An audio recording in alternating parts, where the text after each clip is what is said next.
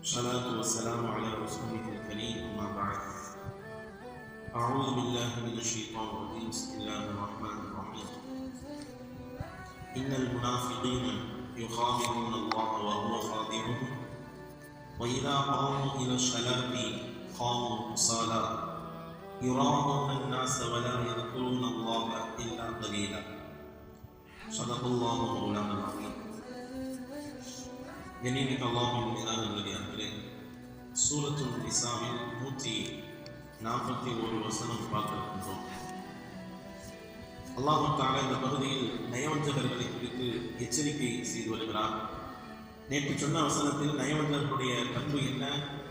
அவர்கள் இரட்டை வேடம் போடுபவர்கள், உள்ளே ஒன்றும் அவருடைய வெளியிலே செயல்பாடுகள் ஒன்றுமாக இருக்கக்கூடியவர்கள். முஃமின்கள் பக்கம் போனால் அவங்களிடத்தில் சாய்ந்து கொள்வார்கள், இறை நிராகரிப்பாளர்களிடத்தில் போனால் அவங்க பக்கம் சாங்கிக்குவாங்க. ரெண்டு பக்கமும் போய் நான் உங்களோடு இருக்கிறேன், உங்களுக்கு உறுதுணையாக இருக்கிறேன் அப்படின்னு சொல்லிக்குவாங்க. இதுதான் அவர்களுடைய செயல்பாடாக பண்பாக இருந்தது என அல்லாஹ் கடந்த வசனத்தில் அல்லாஹ் தெரிவித்தார்.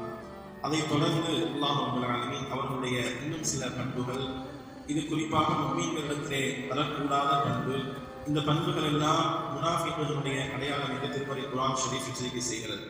என்ன சொல்லுகிறான்? இன்னல் முனாஃபிகீன, அல்லாஹ் சொல்லுகிறான், நிச்சயமாக நயவஞ்சகர்கள் யுகாதிஊன அல்லாஹ், அல்லாஹ்வை ஏமாற்ற நினைக்கிறார்கள், ஆனால் வஹுவ காதிஊன், அவர்கள்தான் தங்களை தாங்களே ஏமாற்றிக் கொள்கிறார்கள்.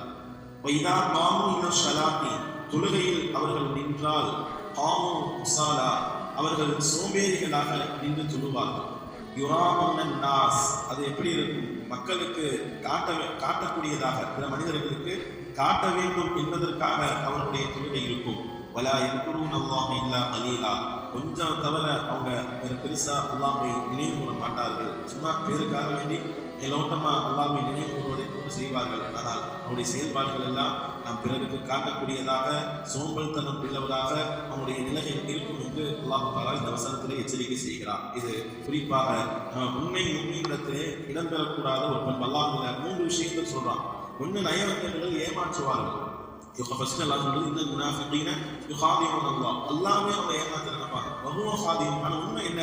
அவர்கள் தங்களை தாங்களே ஏமாற்றிக் கொள்கிறார்கள். அல்லாஹ்வை ஏமாற்ற முடியாது. அவங்க என்ன நினைச்சிட்டு உலகத்துல வாழ்றாங்க? நாம உலகத்துல சத்தியம் செய்து பிற மனிதர்களிடத்திலிருந்து நம்ம தப்பிச்சற மாதிரி, அது மறுமையில போய் அல்லாஹ் முன்னால சத்தியம் செஞ்சு விழுந்துருவோம். அல்லாஹ் சத்தியமா நான் இப்படிதான் நினைச்சிருந்தேன், உண்மையில ஆணையாக நான் அப்படிதான் நினைச்சிருந்தேன் அப்படின்னு சத்தியம் விட்டு, அல்லாஹ் சத்தியம் விட்டு நாம அவனுக்கு எதிராக நம்ம பேசிக்குவோம், அல்லாஹ் பேசிக்கலாம் அப்படிங்கிற ஒரு மனோநிலையில் அவர்கள் வாழ்ந்து கொண்டிருக்கிறார்கள். இதுதான் அவங்க தங்களை தாங்களே ஏமாத்திக்கிறது. அல்லாஹ் சொல்லலாம், இவங்களுடைய எங்களை தாங்களே இப்படிதான் ஏமாத்திக்கிட்டு இருந்தாங்களாம். நாம மறுமையில போய் ஒன்றைதான போய் பார்த்துக்கலாம், ஏதாவது சொல்லி சத்தியம் செஞ்சு நம்ம தப்பிச்சுக்கலாம், ஏதாவது பேசிக்கலாம் அப்படிங்கிற மாதிரி நயவஞ்சகர்களுடைய மனோநிலை இருந்தது. அதை அல்லாஹ் என்ன செய்யறான்? வஹுவ காதிஊன், அவங்க தான் தங்களை தாங்களே என்ன செஞ்சாங்க? ஏமாத்திக்கிறாங்க. ஏன்னா ஸல்லல்லாஹு அலைஹி வஸல்லம் சொன்னாங்க, அதை மறுமையை பொறுத்தவரை எல்லா விஷயங்களும் அம்பலப்படுத்தப்படும். ஹதீஸ் இப்படி சொல்லுவாங்க, யார் ஒரு நல்ல அமல நற்செயல் எந்த செயலாக இருந்தாலும் விளம்பரத்திற்காகவோ அல்லது முகஸ்துதிக்காகவோ யார் அந்த நற்செயலை செய்கிறாரோ, அவருடைய செயல் அந்த நல்ல அமல் எந்த நோக்கத்திற்காக வேண்டி செய்தார் என்பதை நாளை மறுமையில் என்ன செய்வான்? அல்லாஹ் அம்பலப்படுத்துவான். யார் அவர் செய்கிற எல்லா நற்செயலையும் விளம்பரத்திற்காக வேண்டி மட்டும் அல்லது முகஸ்துதிக்காக வேண்டி செய்கிறாரோ, அப்படிப்பட்டவருடைய செயலை நாளை மறுமையில் எல்லாம் என்ன செய்யலாம்? விளம்பரப்படுத்தி அம்பலப்படுத்தி காட்டி விடுவான் என்று நபிகள் நாயகம் ஸல்லல்லாஹு அலைஹி வஸல்லம் என்ன செஞ்சிருக்காங்க? எச்சரிக்கை செஞ்சிருக்காங்க. அதனால நாளை மறுமையில நாம சாக்கு போக்கு சொல்லி தப்பிச்சுக்கலாம் அப்படின்னு அவர்கள் நினைப்பது அவங்க தங்களை தாங்களே ஏமாத்துகிறது. அப்படிலாம் நினைச்சு யாரும் உலகத்துல இருந்து விடக்கூடாது. உண்மை நாளை மறுமையில் பயந்து வாழணும். அல்லாஹ் முன்னால் நம்ம போய் விசாரணைக்கு நிற்கணும். எந்த நிலையிலும் அவனுடைய விசாரணைகளுக்கு நாம் தப்ப முடியாது அப்படிங்கிற ஒரு பயத்தோடு வாழணும் என்பது நமக்கான ஒரு பாடம். முதல்ல அவனுடைய பண்பு என்ன இருந்துச்சு? அல்லாஹ்வை ஏமாற்றுறது. ரெண்டாவது, அல்லாஹ் தஆலா அடுத்து சொல்றான், வைதா காமு இலா ஸலாத்தி காமு குஸாலா, தொழுகையில அவங்க சோம்பல்தனமாக இருப்பாங்க. இதுல இப்னு அப்பாஸ் ரலியல்லாஹு அன்ஹு அவங்க சொல்றாங்க, எல்லா முஃமின்களும் தொழுகைக்கு வர்றப்ப ஏதோ வந்தோம் போனோம், ஒரு ஏதோ வேண்டா வெறுப்பா வந்து நம்மளுடைய கடமைகளை நிறைவேற்றுவதா இருக்கக்கூடாது. ஒரு தொழுகைக்கு வரணும்னு சொன்னா உற்சாகத்தோடு நீங்கள் வாருங்கள். இப்னு அப்பாஸ் ரலியல்லாஹு சொல்றாங்க, ஆர்வத்தோடு நீங்க வாருங்க. ஏன்? தொழுகையில நீங்க அல்லாஹ் உரையாடுங்க, அல்லாஹ்விடத்துல பேசுறீங்க, அல்லாஹ் பார்க்கிறார் அப்படிங்கிற ஒரு சிந்தனையை நம்முடைய அடிமைத்தனத்தை அல்லாஹ் உரையாட போறீங்க. சோம்பேறித்தனமா வேண்டாம் வெறுப்பா வந்து தொழுகையை நிறைவேற்றுவது இந்த தன்மை கைவிட்டக்கூடிய